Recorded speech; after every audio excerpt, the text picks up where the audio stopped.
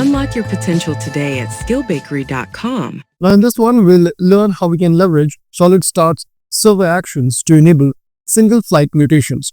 First of all, let's understand what is happening behind the scene when we do a create new user request.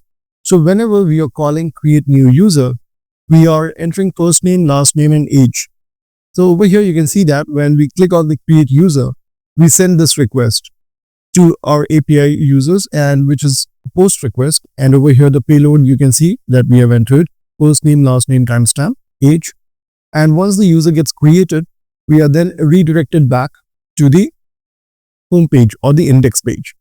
So this is the route that gets called after the user has been successfully created, and they are shown over here in the list. Now here you can see that we are doing two actions. One is the post and then one is the get request over here.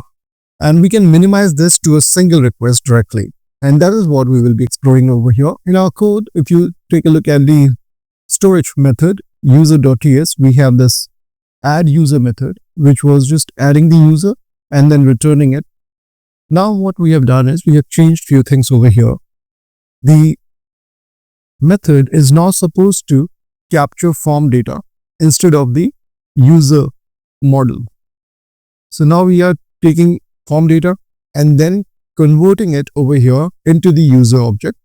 And once that is created, we are getting all the users over here. And then once the user object is created, we are simply adding it to the users list, set item, users, updated users. So we get all the users, we append the newly created user, and then we update the storage users that we have over here. And finally, we are now redirecting the user back to the index page from this method itself. So SolidStart will be able to do this. And for this, you will notice we have imported two things, action and redirect from SolidJS router. So action is over here. So you're defining the action. This is the action that you need to take, process the form data, and then redirecting user to the index page. Now that we have done this, we also need to make some changes on the other side, like where we are creating the form. So here we have our create.tsx file. And here you'll notice that currently we have this form on submit and will create method. We'll simply get rid of this on submit and will create, and we'll use the traditional action and method. So action over here is the add user, and for add user, what we have done is we have imported it from the lib users.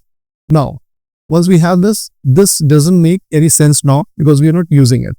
So here we are saying action is add user and method is post.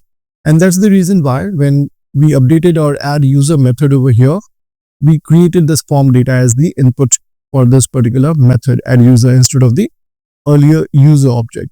So now that we have done this, let's save it and try creating one more user. So here, let's reload this page. So here we are on the home page. I've cleared the network bar. Let's click on create new user, and here I'll be entering a name. Let's say first name, last name, and age has now been provided. Click on create user. So here you'll now notice that only one request has gone in. That's the post request. And the user is coming up as null and age as 0. The reason behind this is because we have not updated our form yet. So what I've done now is, here you can see that I've introduced the names for each of the inputs. So we have name for first name, name for last name, and name for age. You'll notice that we are not capturing the timestamp, and over here in our users.ts file, we were trying to get that data as well. So I removed that, and we now have just datetime.now, which will give us the timestamp. Rest everything remains the same. And now if we run this one, we'll be able to get our users. So let's go ahead and check it out now.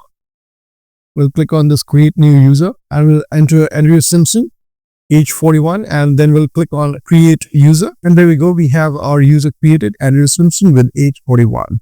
So that's how single flight mutations work in SolidStart. If you find the video helpful, don't forget to like and subscribe.